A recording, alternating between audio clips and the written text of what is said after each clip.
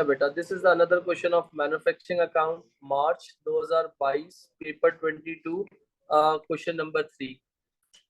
ये था question number 3 मार्च 2022 में था, पेपर 22 था, क्वेश्चन नंबर 3 था बेटा। आपको क्या बनाना है? मैन्युफैक्चरिंग अकाउंट बनाना है, 9 मार्क्स का है। तो सबसे पहले मैं स्टार्ट कहाँ से लूंगा? Cost of direct material consume, हमें ये फाइंड करना है। Cost of direct material consume की अगर बात करता हूँ तो सबसे पहले क्या आ जाएगा? Add opening inventory of raw material. Opening inventory of raw material ये रही 6100 बेटा। फिर उसके बाद क्या आ जाएगा? Purchases of raw material. Purchases of raw material ये रही 84,200। फिर मैं देखूंगा परचेज रिटर्न सवाल में है या नहीं है। बाजार मुझे तो कोई नजर नहीं आ रहा, एडजस्टमेंट में भी नहीं है, कैरेज इनवर्ट भी नहीं है। तो डायरेक्ट क्या कर दूंगा? Less closing inventory of raw material जो कि 6840। इन सब को जब आप सॉल्व कर लोगी तो आपके पास क्या आ जाएगा बेटा? Direct raw material consume.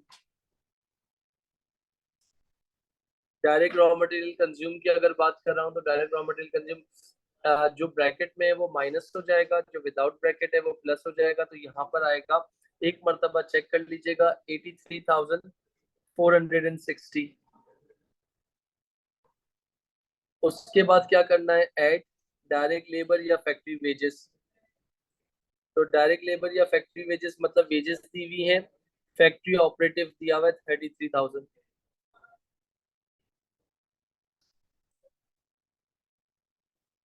Direct wages operative कितना दिया हुआ है? 33,000।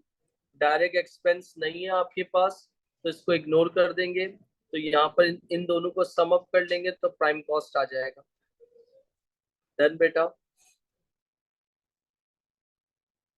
116450। जितने बच्चे हैं आप, फरदान बेटा, अशमल, दुआ, आ, जोहा बेटा, मेरे बच्चों सबको क्लियर है? प्लीज मुझे रिस्पॉन्ड कीजिएगा। यहाँ तक क्लियर बेटा?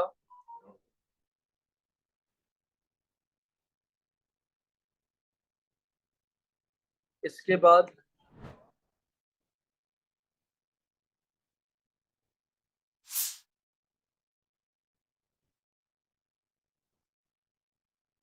Indirect cost. यहाँ पर क्या हो जाएगा आपके पास? सुपरवाइजर की वेजेस।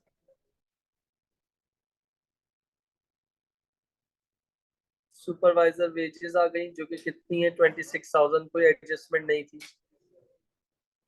सुपरवाइजर वेजेस के बाद क्या आ गया?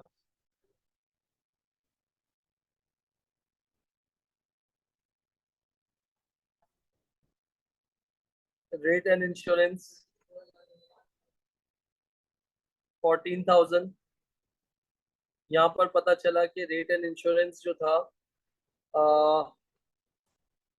इक्वली अपॉर्शन होगा फैक्ट्री एंड ऑफिस में। तो 14,000 इंटू इक्वली का मतलब क्या हो गया? 7,000। एग्री? इसके बाद क्या होगा? जनरल एक्सपेंस जो कि कितना दिया हुआ था? 11,500। 11,500 जिसमें से उन्होंने बोला है कि 500 अनपेड है। अनपेड मतलब एक्रूड है, तो प्लस कर दिया। तो टोटल कितना हो गया? 12,000। क्लियर? इसके बाद इक्विपमेंट की डेप्रिसिएशन निकालनी है। अगर किसी को कोई प्रॉब्लम हो तो प्लीज रोक दीजिएगा। इक्विपमेंट की डेप्रिसिएशन कैसे निकालूंगा? 1 लाख है, पुरानी डेप्रिसिएशन क्या है? 100,000 माइनस 36,000। आरबीएम वाला मेथड है तो पीछे कितना बच गया? 100 माइनस 36 कितना हो जाएगा बेटा?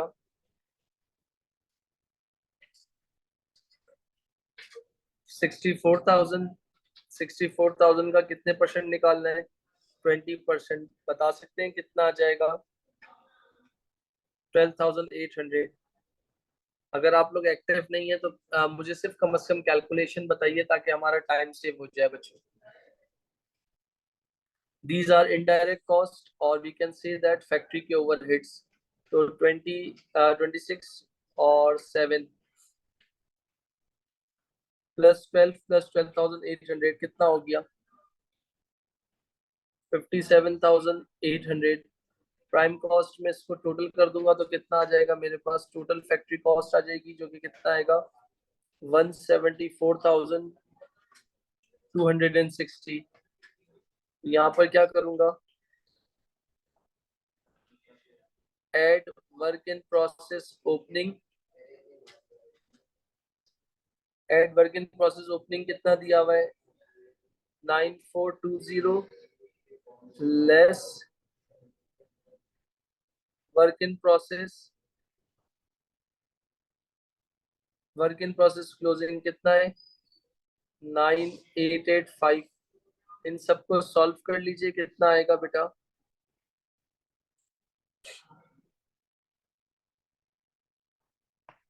-9420 -9885। तो नेगेटिव का क्या आ गया बेटा? 465। तो टोटल फैक्ट्री कॉस्ट में इसको माइनस कर दीजिए तो आपके पास क्या आ जाएगी बेटा? Cost of production. Thank you दुआ बेटा। 174,260 -465 कितना आ जाएगा? 173,795। This is called cost of production. जुआ बेटा, आपका कोई सवाल है, कोई डाउट है, कोई प्रॉब्लम है तो आप पूछ सकती हो।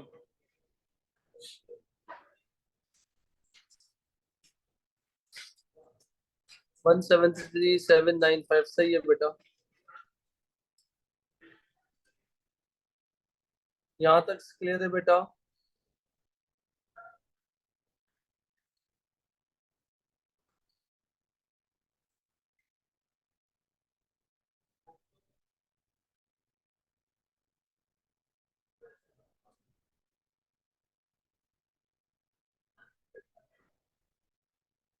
बेटा यहाँ तक देख लीजिए, अगर आप लोगों का किसी का भी कोई डाउट है तो पूछ लें।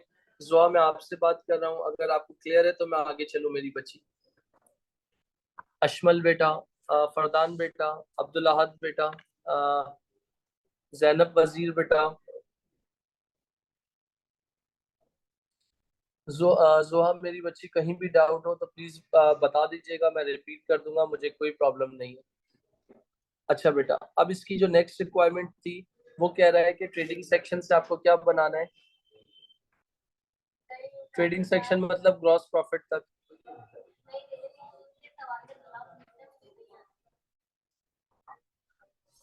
Revenue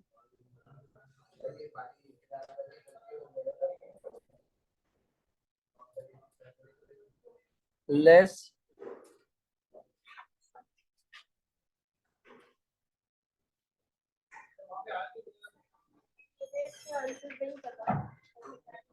cost of sales, opening inventory of finished goods.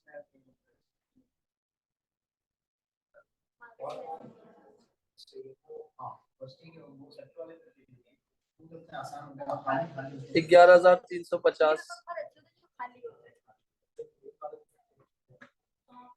Add cost of production जो कि आपने यहां से निकाली थी। एग्री? कॉस्ट ऑफ प्रोडक्शन के बाद परचेजेस ऑफ फिनिश गुड्स नहीं है तो डायरेक्ट क्या आ जाएगा? Less closing inventory of finish goods जो कि कितनी है? 12,630। इन सबको प्लस माइनस करोगे तो आपके पास क्या आ जाएगा? कॉस्ट ऑफ सेल्स आ जाएगा जो कि कितना आएगा? 172,515। सेल्स में से कॉस्ट ऑफ सेल्स माइनस कर दोगे तो क्या आ जाएगा? ग्रॉस प्रॉफिट जो कि कितना होगा 57505। क्लियर?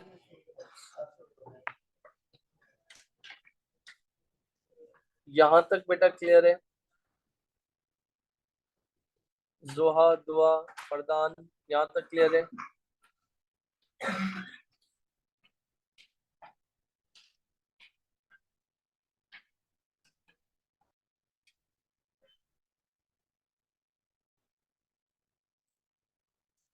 बेटा यहाँ तक देख लीजिए, अगर किसी को भी कोई डाउट है, कोई कंफ्यूजन है तो वो पूछ ले, वरना फिर मैं आगे चलूं।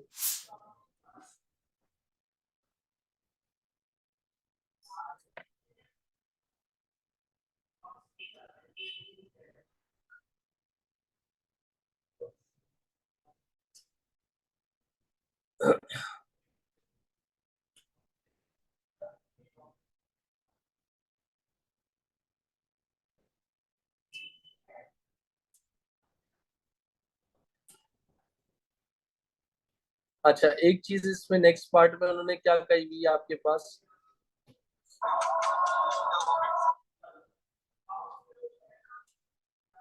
नेक्स्ट पार्ट में देख लीजिए उन्होंने क्या आपसे मांगा हुआ है। ग्रॉस प्रॉफिट मार्जिन, जिसका एक फॉर्मूला होता है, रेशियो का टॉपिक से रिलेटेड होता है ये। तो जिसका फॉर्मूला क्या होता है? Gross profit margin equal to gross profit divided by sales यानी रेवेन्यू। ग्रॉस प्रॉफिट कितना आया है? 57505 डिवाइडेड बाय सेल्स कितनी थी? 230,020 इंटू 100। तो कितना आंसर आ जाएगा? 2 डेसिमल प्लेस बोला है तो 25.00%। क्लियर? बच्चों यहाँ तक क्लियर है बेटा? फरदान, जोहा, दुआ क्लियर है बेटा? जैनब यहाँ तक क्लियर है? अब्दुल हाद यहाँ तक क्लियर है? अशमल यहाँ तक क्लियर है बेटा? जोहा, मुझे आपका रिस्पॉन्ड नहीं आया मेरी बच्ची।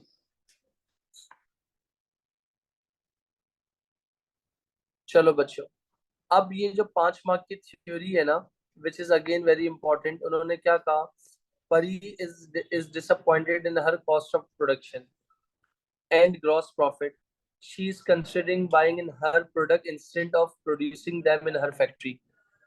जो परी है ना, वो बहुत डिसअपॉइंटेड हो गई है कि अपनी इन हर cost of production and gross profit को देखते हुए वो चाहती है, she is looking buying in her product instead of of producing them in her factory.